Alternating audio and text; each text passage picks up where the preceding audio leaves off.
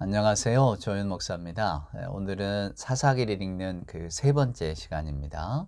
우리가 지난 시간에 사사기 1장 갈렙과 온니엘에 관한 이야기를 읽다가 말았는데요. 계속해서 한번 그 대목을 읽어가 보도록 하겠습니다. 여러분 한번 12절 한번 보세요.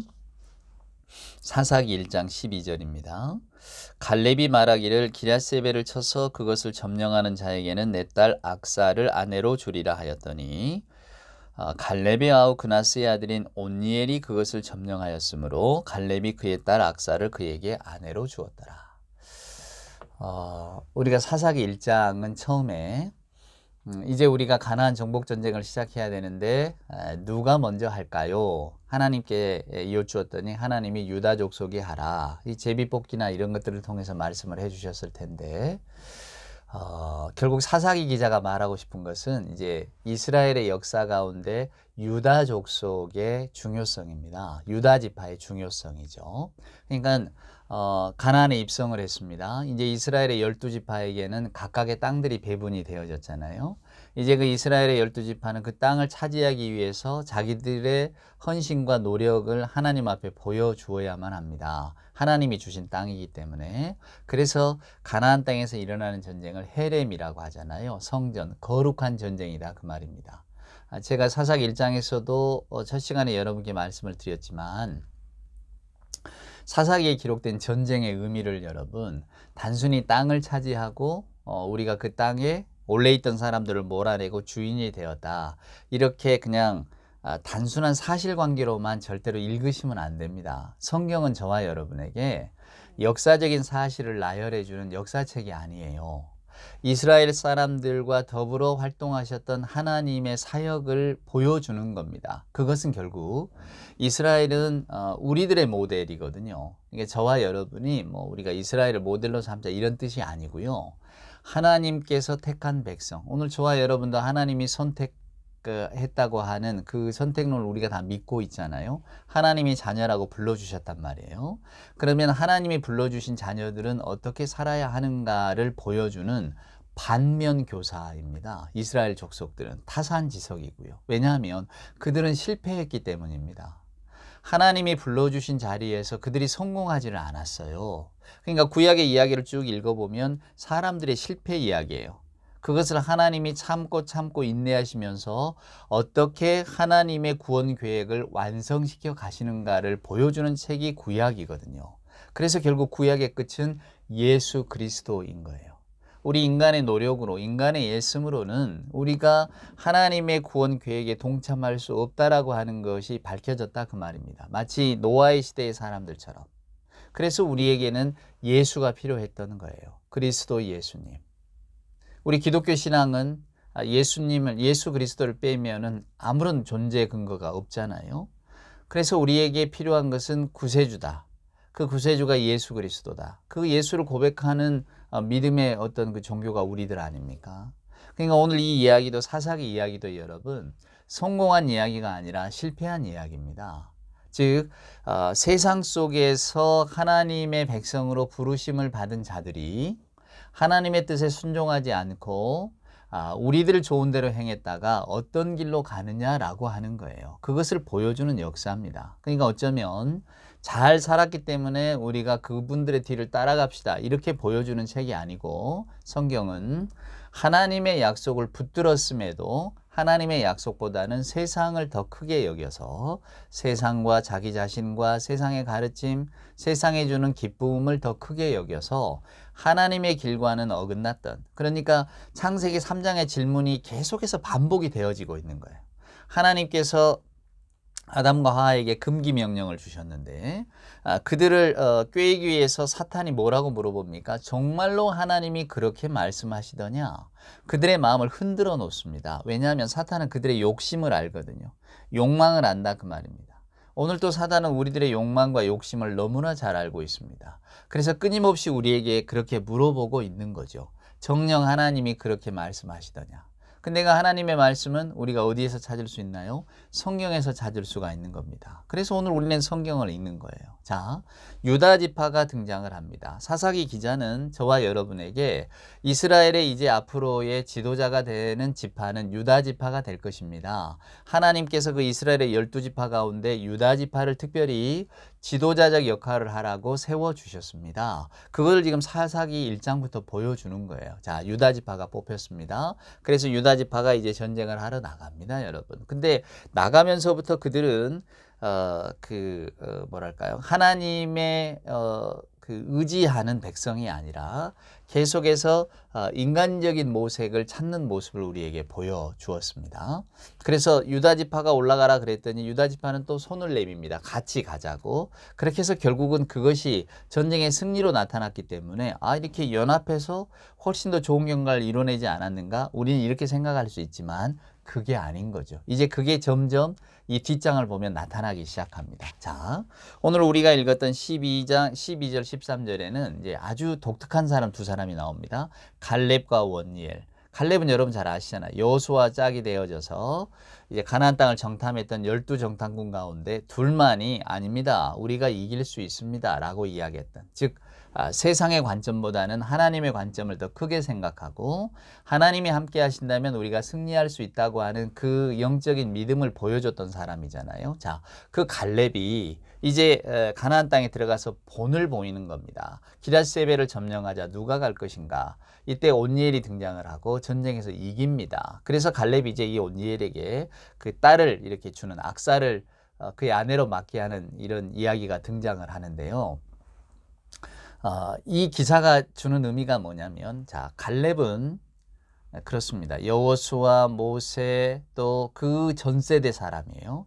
근데 온니엘은 이제 거기에서 태어난 1세대입니다. 가나안의 1세대예요.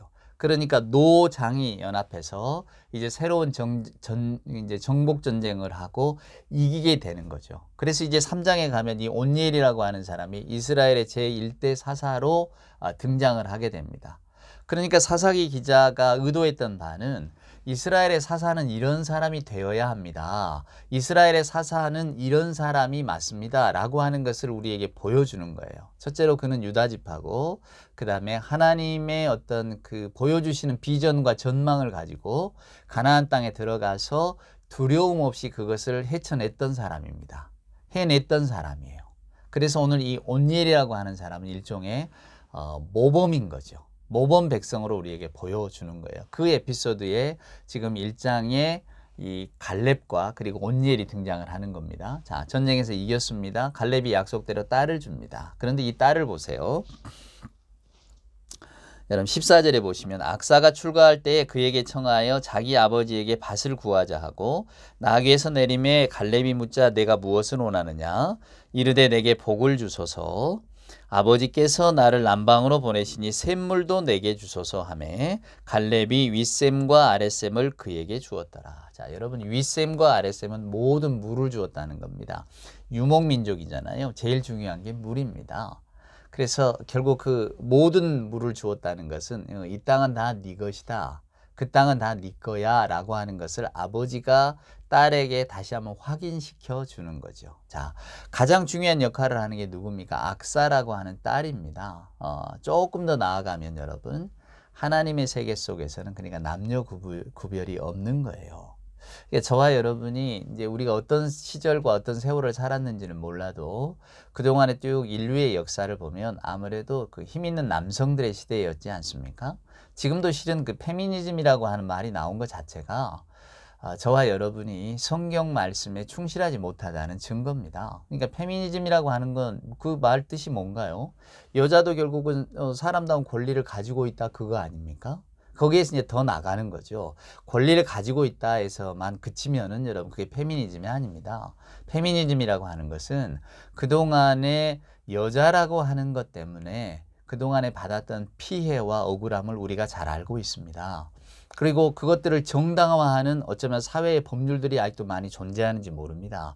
그것 역시 다 없어져야 됩니다. 여기까지 나가는 게 페미니즘입니다. 단순히 아이고 여자도 사람이죠. 여자도 우리와 똑같은 사람이 존중받아야죠. 이렇게 인식을 바꾼다고 해서 그게 무슨 뭐 페미니즘이 이루어지거나 그게 아니라 그 말입니다. 그동안에 여자라고 하는 이름으로 받아왔던 차별들, 그리고 여자이기 때문에 뭔가 감내해야 됐던 이런 것들, 그게 우리가 이제 젠더 갈등이라고 하잖아요. 남자는 남자다워야 되고 여자는 여자다워야 된다. 그 다워야 된다고 하는 속에 우리가 가지고 있는 이미 설정해 놓은 틀이 있다 그 말입니다. 저나 여러분, 저도 벌써 이 사회에서, 대한민국 사회에서 남성으로서 50여 년을 넘게 살아왔기 때문에 은근히 저도 알게 모르게 가지고 있던 틀들이 있단 말입니다. 남자라면 하는 틀이고 여자라면 하는 틀들. 이제 페미니즘은 그런 게 다 잘못됐다는 거죠. 틀이 어디 있습니까? 하나님이 다 사랑하셨고 하나님이 창조해 주신, 그러니까 여자이기 때문에 너는 안 되라든가 나는 남자이기 때문에 대접을 받아야 된다거나 이런 것들은 전혀 하나님의 가르침과 맞지가 않는 거죠. 우리가 유교 사회였잖아요. 우리 대한민국의 전통적인 어떤 그 생각, 사고 대부분 다 유교적입니다. 왜냐하면 그게 얼마나 오랫동안 대한민국을 지탱해 왔던 일종의 어떤 그 정신 사조였잖아요. 그러니까 그걸 우리가 벗어날 수가 없어요. 알게 모르게 그런 게 다 우리에게 생활 습관 속에 쓰는 용어 속에 다 들어있는 겁니다. 이제 그런 것들을 발견하자고 하는 것이 페미니즘이고, 제가 오늘 말씀드리고 싶은 것은 기독교는, 그러니까 성경 말씀을 믿음의 근거로 삼고 있는 저와 여러분은 그런 세상, 그런 사고방식과는 정반대의 길을 걸어야 된다는 것이 성경의 가르침에 충실한 겁니다. 근데 우리들은 은연중에 다 그저 유교주의, 남성 우월주의, 또 뭐 하여간 이런 것들, 이 사회가 정해놓은 틀들 속에서 여전히 자유롭지 못하잖아요. 성경을 읽다 보면 그런 게 반성이 되는 겁니다. 오늘 이 약사를 보십시오. 마치 성경도 아버지가 전쟁에 공을 세운 사람에게 딸의 의사도 물어보지 않고 무조건 이기면 주겠다. 그리고 줘버린단 말이에요. 우리가 또 우리 시선으로 보면 이것도 너무한 거 아닙니까? 딸의 의사도 물어보지도 않고 전쟁에다 무조건 줘버려요. 이럴 수 있지만 여러분, 그런 의미에서 오늘 성경을 보자는 게 아니고, 오늘 이 딸이 당당하게 자기의 몫을 요구합니다. 아들이라면 당연히 떼어줬겠지. 근데 딸이기 때문에 언급 안 한 거를 딸이 나서서 아버지 윗셈 아랫셈 저에게 주세요 라고 했단 말이에요. 아버지가 다 내어주잖아요. 이게 중요한 겁니다. 하나님의 세계 속에서는, 성경 기자는 은연중에 하나님의 세계 속에는 남녀 구별이 없어요. 그게 맞아요. 이렇게 이야기를 하고 있다는 겁니다. 그러니까 우리가 이런 걸 보면서 그렇구나. 하나님의 세계는 이렇게 모두가 다 공평한, 페어한 세상이구나 라고 하는 것을 알 수 있어요. 그것을 우리가 얼마나 오염시켜 왔는가. 이제 그런 반성이 들어지는 거죠. 흔쾌하게 아버지인 갈렙은 그저 요구한 것보다 더 줍니다. 다 줘버려요. 이게 악사의 어떤 용기이기도 하지만 아버지의 넉넉함, 그걸 결국 성경 기자는 이것이 하나님의 뜻입니다 라고 하는 것을 우리에게 보여주고 있는 거죠. 자, 계속해서 한번 읽어가 보겠습니다. 자, 15절. 모세의 장인은 겐 사람이라 그의 자손이 유다 자손과 함께 종려나무 성읍에서 올라가서 아란 남방의 유다 황무지에 이르러 백성 중에 거주했다. 모세의 시대 이후로 겐 사람들이 이스라엘과 계속 우호적인 관계를 맺고 있었다. 뭐 그런 뜻을 알려주는 거고요. 자, 보세요. 17절. 유다가 그의 형제 시므온과 함께 가서 스밧에 거주하는 가나안 족속을 쳐서 그곳을 진멸하였으므로 그 성읍의 이름을 호르마라 하였더라. 제가 그 첫 시간에 말씀드렸지만 유다에게 올라가라 한 것을 유다는 시므온까지 데리고 갑니다. 우리 인간적인 생각으로는 그렇게 해서 힘을 키워서 같이 정복했으니 얼마나 그 연합해서 힘을 키워서 가는 게 전략적인 선택이었습니까? 아주 지혜로웠죠. 이렇게 판단할 수 있지만 성경 기자의 뉘앙스는 여러분 그게 아닙니다. 하나님이 유다에게 올라가라고 한 것을 유다가 편의적으로 시므온을 끌어들인 겁니다. 물론 시므온은 자기가 가장 가까운 관계 속에 있는 사람이니까 끌어들였겠지만 하나님의 예초 말씀과는 벗어난 거예요. 정령 하나님이 그렇게 말씀하시더냐. 아담과 하와가 핑계를 대잖아요. 죽는다라고 하시는 하나님의 말씀을 죽을까 하노라. 죽을 수도 있다. 물타기를 한 거잖아요.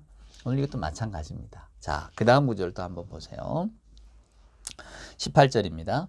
유다가 또 다른 가사 및 그 지역과 아스글론 및 그 지역과 에그론 및 그 지역을 점령하였고 여호와께서 유다와 함께 계셨으므로 그가 산지 주민을 쫓아내었으나 골짜기의 주민들은 철병거가 있으므로 그들을 쫓아내지 못하였으며.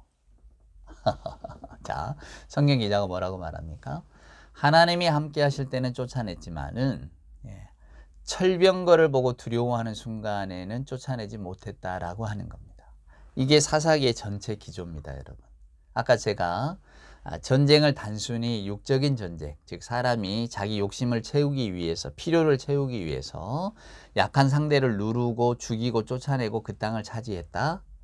이렇게 전쟁의 의미가 있다면 오늘 성경에 기록한 전쟁은 그런 식으로 보시면 절대 안 된다고 말씀을 드렸잖아요. 이게 영적인 의미가 담겨져 있습니다. 비록 외피는 여러분 이런 전쟁의 형태를 띠고 있다 할지라도 그 의미가 달라요. 그러니까 그 의미를 놓치고 우리가 성경 말씀을 평면적으로만 읽으면 이거 여호수아나 사사기를 읽기가 너무 부담스럽던데요. 자꾸 죽이고 진멸하라는 말들이 나와서 이게 하나님의 속성과는 맞지 않은데 우리가 믿고 있는 예수 그리스도의 복음의 성격과는 맞지 않은데 이걸 어떻게 보고 어떻게 설명해야 될지, 또 시비 걸기를 좋아하는 사람들은 야, 그 잔인한 하나님이다 말이야. 어린아이까지도 다 죽이라고 말씀하지 않았느냐. 그런 하나님을 어떻게 믿느냐. 이제 이렇게 따지고 드는 사람들도 있습니다. 그때 우리 역시도 이 성경 말씀을 액면 그대로만 보고 전하려고 하면 곤궁함에 빠져들 수밖에 없죠. 핑계가 없다 그 말입니다. 진멸하라 하신 거 사실이고 거기에 따라서 이스라엘 사람들이 다 가나안 거민들을 쫓아내고 죽인 것도 사실 아닙니까? 물론 이스라엘 사람도 전쟁 중에 많이 죽기도 했지만 어찌됐건 간에 표면적으로는 이스라엘이 살고 있는 거민들을 쫓아내고 그 땅에 들어간 거잖아요. 그래서 이 말씀은 특별히 영적인 부분과 연관지어서 읽으셔야 해요. 그래서 오늘 이 말씀도 마찬가지입니다. 하나님이 함께 하셨을 때는 가능한 일을 철병거를 보고 두려워하니까 못했다 그 말이에요. 철병거가 여러분 뭡니까? 그때 이스라엘은 청동기 문화입니다. 근동이 대부분 다 청동기 문화인데 오늘 이 그 블레셋 지역에 가나안 지역에는 앞서서 철기 문화가 들어와 있었나 봐요. 요즘식으로 이야기하면 말입니다. 여러분 칼을 들고 덤벼드는 사람 앞에 기관단총이나 포를 들고 있는 사람과 마찬가지입니다. 어떻게 칼을 든 사람이 이게 포나 총을 이길 수 있겠어요?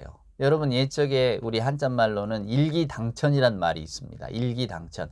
한 마리의 말을 탄 뭐랄까요? 마병이 천명을 당한다는 거 아닙니까? 그러니까 말 한 마리를 끌고 이렇게 적진을 향해 달려가는 어떤 마상의 장수가 있다면 무려 1000명의 보병을 감당할 수 있다는 뜻이에요. 그만큼 말이라고 하는 게 무시무시한 무기였다는 거죠. 일기당천. 근데 여러분 아무리 말을 타고 훈련을 잘 받은 무사가 달려온들 뭐합니까? 조그마한 어린아이 혹은 뭐 아주 그 연약한 여성 손에 총만 들려 있으면 이기지를 못하잖아요. 그렇지 않습니까? 시대가 그렇게 변하는 겁니다. 그러니까 총을 가진 건 두려워할 수밖에 없는 거죠. 첨단 무기가 그래서 무서운 거 아니냐 그 말이에요. 그러니까 오늘 여기도 마찬가지입니다.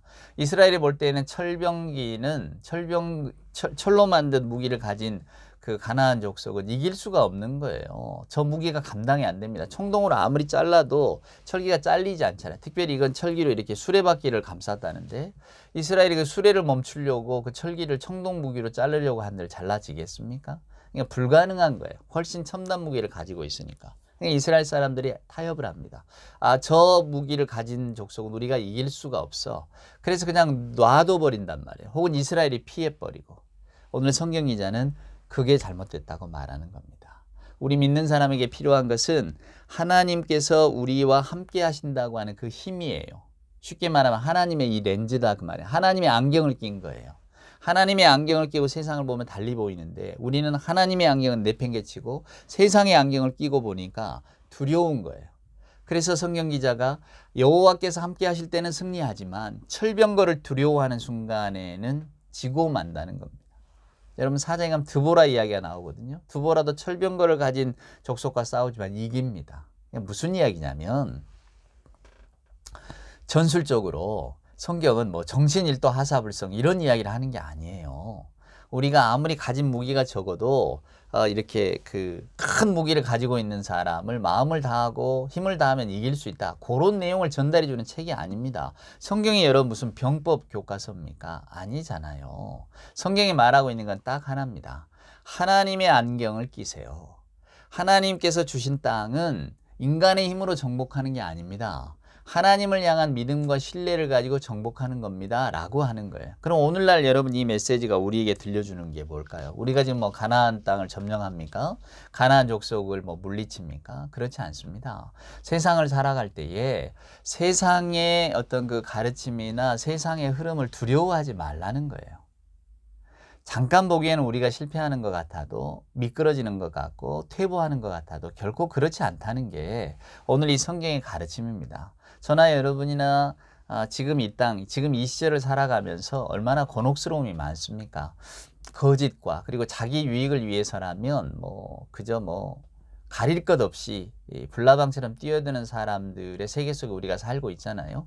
때때로 그 구성원 중에 하나가 나인지도 모릅니다. 우리도 우리의 편익을 위해서는 거짓말도 하고 우리의 욕심을 채우는 일이라면 남들은 어떠하든지 내게 좋다면 다 좋다 이런 식으로 판단하는 경우가 얼마나 많습니까? 그걸 우리에게 성경은 들려주는 거예요. 잠깐은 편하고 잠깐은 이기는 것처럼 보일지 몰라도 종국의 하나님의 나라에서는 그게 패퇴하는 것이라고. 그래서 오늘 기자가 말하는 철병거가 있어서 못 쫓아냈다? 뭐 할 수 없지. 힘에 붙이면 이보 전진을 위한 일보 후퇴를 해야지. 안 된다는 거예요. 세상의 일이라면 얼마든지 그렇게 지혜롭게 판단하고 무리해서 가서 이럴 일 같으면 뒤로 물러서고 또 주변을 살펴보고 다 지혜롭다고 말합니다. 그래서 세상의 일이에요. 그러나 하나님께서 기뻐하시는 일이라면 그래서는 안 된다는 겁니다. 그래서 오늘 이게 이스라엘 백성을 준엄하게 꾸짖는 이야기이기도 하고 오늘 이 사사기를 읽는 우리들의 마음을 마치 대나무 바늘처럼 파고드는 말씀이기도 합니다. 우리도 얼마나 많이 우리의 편익에 따라서 우리의 욕심을 채우기 위해서 거짓을 행하고 또 다들 그러하니까 그러면서 우리가 따라가지 않았습니까? 관행이니까. 사람들이 용서해도 사람들이 이해해도 다 그러하니까. 그러나 하나님이 보시기에는 그것이 안타까운 일입니다. 오늘 우리가 이 말씀을 읽으면서 그런 사실을 한번 곰곰이 생각해 보자는 겁니다. 그래서 말씀은 언제나 우리의 정신을 이렇게 번쩍 나게 하는 마치 죽비 같은 거죠. 등짝으로 오늘도 하나씩 탁 때려 맞은 것 같지 않습니까? 등짝 스매싱이라고 하던데 어릴 적 우리 어머니들이 이렇게 등짝을 때리면서 했던 그런 어떤 충격이랄까요? 돌아보면 다 그립죠. 저와 여러분도 하나님의 꾸짖음은 항상 우리를 살리는 일이기 때문에 돌아보면 항상 감사합니다. 오늘 많이 못 읽었네요. 여기까지 읽고 다음 시간에 또 계속해서 이어가도록 하겠습니다. 오늘 꼭 이 말씀을 기억하세요. 여호와께서 함께 하시니 또 철병거가 있으므로. 이것이 믿음과 곧 우리들의 핑계를 가리키는 영적인 찔림이라고 하는 것을 꼭 기억하시고 다음 시간을 기대해 주세요. 고맙습니다. 다음 시간에 뵙죠.